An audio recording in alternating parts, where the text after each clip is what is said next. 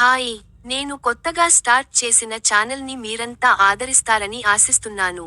మీకోసం మరొక interesting story promo తీసుకొచ్చాను. ఆలస్యం చేయకుండా ప్రోమోని చూసేద్దామా?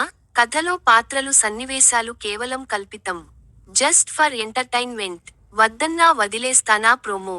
ఆమె ప్రేమ కోసం ఏం చేయడానికైనా, ఎంతవరకు వెళ్ళడానికైనా వెనుకాడని అతని ప్రేమ. ఆమెని చేరుతుందా?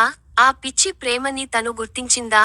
ఎవరి వల్ల తన లైఫ్లోని బంధాలన్నింటినీ కోల్పోయిందని తెలుసుకుందో? అతని కోసం వేట మొదలు పెట్టిన ఆమె నిజాన్ని చేరుతుందా?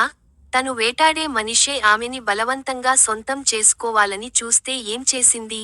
ఆ వ్యక్తిపై ఆమె రివెంజ్ తీర్చుకుందా? లేక అతని ప్రేమకి లొంగిపోయిందా? శివాని పేదరికంలో కూడా ఆత్మాభిమానంతో ఎవరి ఆర్థిక సాయం కోరలేదు.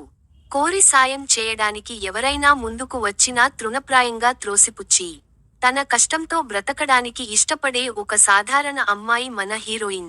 ఒక్క సంఘటనతో, తనని ప్రాణంగా చూసుకున్న పేరెంట్స్ని, తన తోడబుట్టిన వాళ్ళని, ఒకేసారి దూరం చేసుకుని ఒంటరిదైపోతుంది. ఆ ఒంటరి లైఫ్ లోకి ఓ ప్రాణం నేనున్నా అని తోడు నిలబడింది. కౌశల్, ఫ్రెండ్ అంటూ చిన్నప్పటి నుండి ప్రతిక్షణం శివాని వెన్నంటే ఉండి, తనపై అంతులేని ప్రేమని చూపించేవాడు. రుద్ర, కోట్లకి పడగలెత్తిన పెద్ద బిజినెస్ మెన్. అతనొక నియంత. తను ఏది చేసినా ఎవరూ అడ్డుచెప్పేవారే లేరు. ఆఖరికి తండ్రి కూడా అతనిని కట్టడి చేయలేకపోయాడు.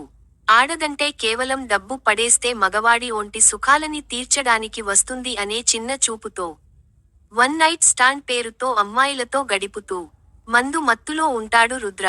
శివానిపై అదే చిన్నచూపుతో తన మీద పంతంతో ఆమెని కావాలని కోరుకుంటాడు రుద్ర.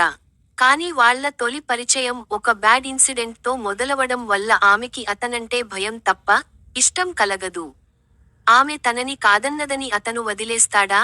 లేదంటే వద్దన్నా వదిలేస్తానా అనుకుని తన లైఫ్ లోకి బలవంతంగా వస్తాడా? మరి ఆమె అతన్ని అంగీకరిస్తుందా? ప్రేమతో దగ్గర అవుతుందా? లేదా పగతో అతన్ని అంతం చేస్తుందా? శివాని ప్రేమ కోసం నిలబడుతుందా? లేక పగ కోసం శత్రువుని వేటాడుతుందా? తన గమ్యం ఎటువైపు? చివరకు ఆమె చెంతన నిలిచేది కౌశలా? లేక రుద్రా? తనకోసం నిలబడిన ఆ ప్రాణికి శివానికి సంబంధం ఏంటి? అనేది ముందు ముందు మీకే తెలుస్తుంది. వింటూనే ఉండండి మన జస్ట్ ఇమాజిన్ నావెల్స్. మీకు కనుక ఈ ప్రోమో నచ్చినట్టయితే లైక్ చేసి, కామెంట్ చేయండి. మీలాగే ఎవరికైనా ఇట్లాంటి స్టోరీల మీద ఇంట్రెస్ట్ ఉంటే వారికి షేర్ చేయండి. ఈ స్టోరీ వినాలనుకుంటే ప్లీజ్ సబ్స్క్రైబ్ చేసుకొని బెల్.